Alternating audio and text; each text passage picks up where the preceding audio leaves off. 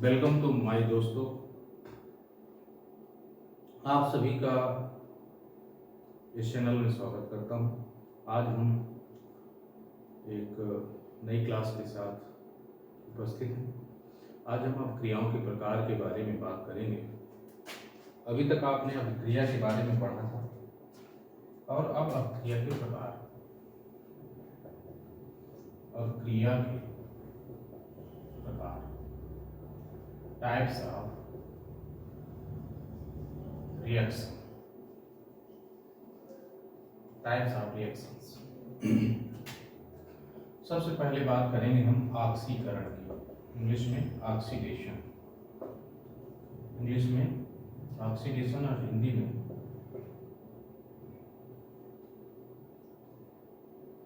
ऑक्सीकरण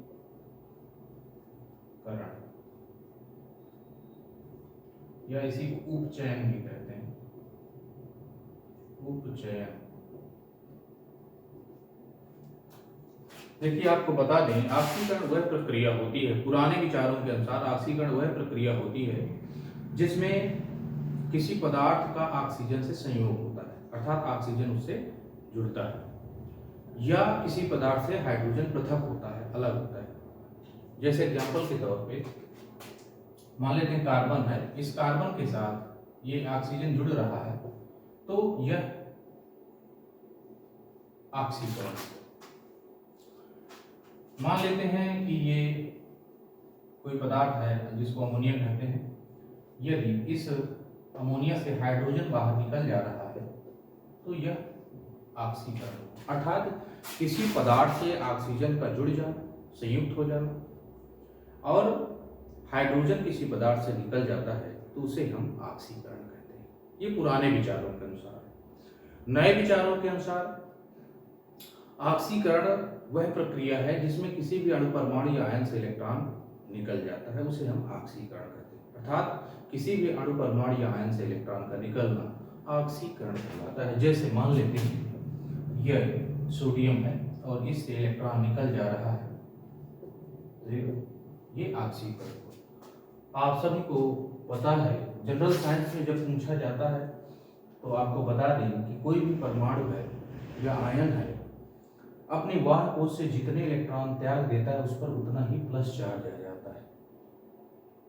कोई भी परमाणु या आयन अपनी वाहक कोश से जितने इलेक्ट्रॉन त्याग देता है उस पर उतना ही प्लस चार्ज आता है। यहाँ पर एक इलेक्ट्रॉन सोडियम ने निकाल दिया तो एक इस पर प्लस चार्ज आ गया। दूसरा एग्जाम्पल है, मान लेते हैं ये क्यूप्रिक आयन है। यदि क्यूप्रिक आयन एक इलेक्ट्रॉन निकाल दे तो यह ऑलरेडी एक प्लस चार्ज था, अब इस पर आ जाएगा प्लस का 2 चार्ज। मान लेते हैं ये आयरन है और आयरन से 2 इलेक्ट्रॉन यदि निकल जाएं तो इस पर 2 का प्लस चार्ज आ जाएगा। हम ऐसे भी लिख सकते हैं, ऐसे भी लिख सकते हैं। और ये बना हुआ फेरस आयन है, यदि ये बना हुआ फेरस आयन अपनी वाहक कोश से एक इलेक्ट्रॉन और निकाल दे तो इस पर प्लस का 3 चार्ज आ जाएगा। तो इस तरह से आप देखते हो, किसी भी परमाणु या आयन से इलेक्ट्रॉन यदि निकल जाता है तो वह ऑक्सीकरण कहलाता है। बात समझ में आ गई? किसी कोई प्रॉब्लम? अब देखिए दोस्तों, इसी तरह से अपचयन के बारे में जान लीजिए। अपचयन इंग्लिश में बोलते हैं इसको रिडक्शन। रिडक्शन में क्या होता है? जस्ट ऑक्सीकरण का अपोजिट होता है। पुराने विचारों के अनुसार किसी पदार्थ का हाइड्रोजन से संयोग होना या किसी पदार्थ से ऑक्सीजन का निकल जाना, ऑक्सीजन का निकल जाना अपचयन कहलाता है। जैसे मान लेते हैं कि कोई भी पदार्थ है, मान लेते हैं हाइड्रोजन है और ये क्लोरीन के साथ रिएक्शन करता है, लेकिन क्लोरीन की डायरेक्ट रिएक्शन नहीं होती, यह क्रिया प्रकाश की उपस्थिति में होती है और HCl का फॉर्मेशन होता है। तो यहाँ पर आप देख रहे हो क्लोरीन का हाइड्रोजन से संयोग हो जा रहा है, अर्थात इससे जुड़ जा रहा है, तो यह ऑक्सीकरण। दूसरा एग्जांपल देखिए, मान लेते हैं ये जिंक ऑक्साइड है और जिंक ऑक्साइड में यह ऑक्सीजन उपस्थित है। ऑक्सीजन यदि इस पदार्थ से निकल जा रहा है तो यह अपचयन कहलाएगा, अर्थात किसी भी पदार्थ से ऑक्सीजन यदि बाहर निकल जा रहा है तो यहाँ जिंक ऑक्साइड है, जिंक ऑक्साइड से ऑक्सीजन निकल जा रहा है, जिंक वह बचता है, तो यह एक प्रकार का अपचयन है। ये तो रही पुरानी परिभाषा के अनुसार, पुराने विचारों के अनुसार।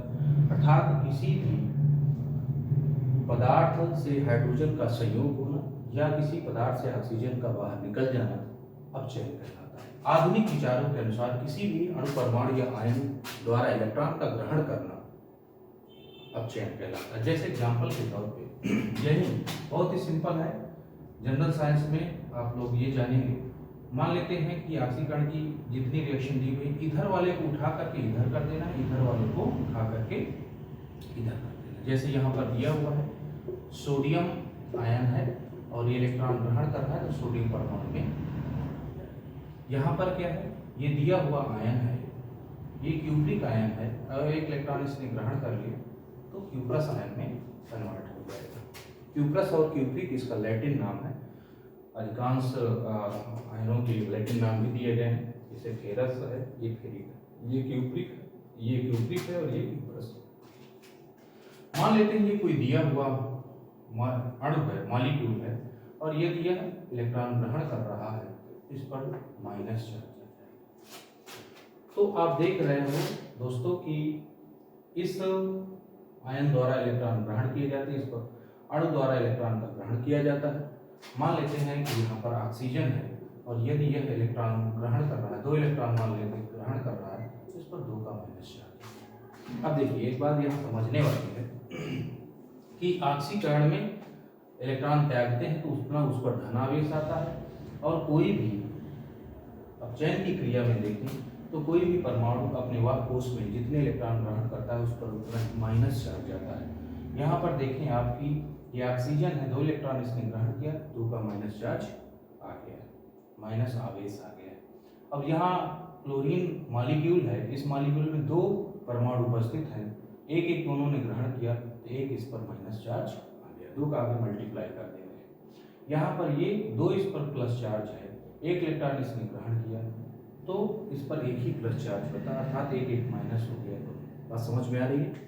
तो इस तरह से आप देखिए कि अपचयन की क्रिया में जितने इलेक्ट्रॉन कोई भी परमाणु या आयन ग्रहण करता है या अणु ग्रहण करता है उस पर उतना ही माइनस चार्ज आता है। दोनों चीज समझने वाली है यहाँ पर कि कोई भी ऑक्सीकरण की क्रिया में तत्व की ऑक्सीडेशन नंबर संयोजकता से उसका काफी करीबी संबंध होता है, तो तत्व की ऑक्सीकरण संख्या में वृद्धि होती है। संयोजकता में जो या ऑक्सीकरण संख्या में जो वृद्धि होती है वह ग्रहण त्यागे गए इलेक्ट्रॉनों की संख्या के बराबर होती है। यहाँ पर देखें इस पर कोई चार्ज नहीं है तो इसकी ऑक्सीडेशन नंबर 0 होती है। जब आप और बड़ी कक्षाओं में जाएंगे तो वहाँ पर आपको ऑक्सीडेशन नंबर के बारे में जानकारी मिलेगी, लेकिन आपको जनरल सी बात बता दें कि यदि कोई उदासीन है, सामान्यतया उदासीन है अर्थात कोई चार्ज नहीं है तो उस पर कोई चार्ज है उसकी ऑक्सीडेशन नंबर 0 होती है। यदि किसी पर प्लस चार्ज है तो उस पर उतना ही ऑक्सीडेशन नंबर उसकी उतनी होगी जितना प्लस चार्ज होगा, और जितना जिस पर माइनस चार्ज है उसकी ऑक्सीडेशन नंबर उतनी प्रायः मानी जाती है। बस समझ में, लेकिन इसके बारे में कई रूल्स हैं, 8, 10, 15 रूल दिए गए हैं, लेकिन आप इतना समझ लीजिए कि इसका संबंध काफ़ी हद तक संयोजकता से जुड़ा हुआ है। एक चीज़ और बताना चाहेंगे कि संयोजकता और ऑक्सीडेशन नंबर में काफ़ी कुछ अंतर भी होता है। 4-5 पॉइंट हैं जो अंतर बताए गए हैं, लेकिन यहाँ पर आप ये देखें कि इस पर कोई चार्ज नहीं है, इसका ऑक्सीडेशन नंबर 0 है, एक इलेक्ट्रॉन इसने त्याग दिया तो इस पर 1 का प्लस चार्ज आ गया, अर्थात जितना प्लस चार्ज आएगा उतना ही उसकी ऑक्सीडेशन नंबर होगी। तो ऑक्सीकरण में ऑक्सीडेशन नंबर में वृद्धि होती है और अपचयन में ऑक्सीडेशन नंबर में कमी होती है। यहाँ पर इसकी ऑक्सीडेशन नंबर +1 थी, एक इलेक्ट्रॉन इसने ग्रहण किया, इस पर ऑक्सीडेशन नंबर 0 हो गई, अर्थात ये ऑक्सीडेशन नंबर में कमी होगी। अर्थात अपचयन की क्रिया में ऑक्सीडेशन नंबर में कमी होती है और ऑक्सीकरण में ऑक्सीडेशन नंबर में वृद्धि होती है। ऑक्सीडेशन नंबर में कमी उतनी ही होती है जितने इलेक्ट्रॉन वह ग्रहण करता है, जबकि जितने इलेक्ट्रॉन वह ग्रहण करता है। अपचयन की क्रिया में ऑक्सीडेशन नंबर में कमी उतनी ही होती है जितने इलेक्ट्रॉन वह ग्रहण करता है, और ऑक्सीकरण की क्रिया में ऑक्सीडेशन नंबर में वृद्धि उतनी ही होती है जितना वह इलेक्ट्रॉन त्यागता है। बस समझ में आ गई? किसी कोई प्रॉब्लम? तो ये रहा ऑक्सीडेशन और अपचयन। अब इसी से जुड़ा हुआ एक क्वेश्चन और बनता है दोस्तों, redox reaction. Redox reaction, redox reaction, redox reaction में क्या होता है, इसे ऑक्सीडेशन रिडक्शन रिएक्शन के नाम से भी जाना जाता है। ऑक्सीडेशन रिडक्शन रिएक्शन के नाम से भी जाना जाता है। देखिए बहुत ही सिंपल है। ऑक्सीडेशन रिडक्शन रिएक्शन वह क्रिया होती है जिसमें ऑक्सीकरण और अपचयन दोनों होता है। ये इंपॉर्टेंट है, पूछा जाता है कभी कभी।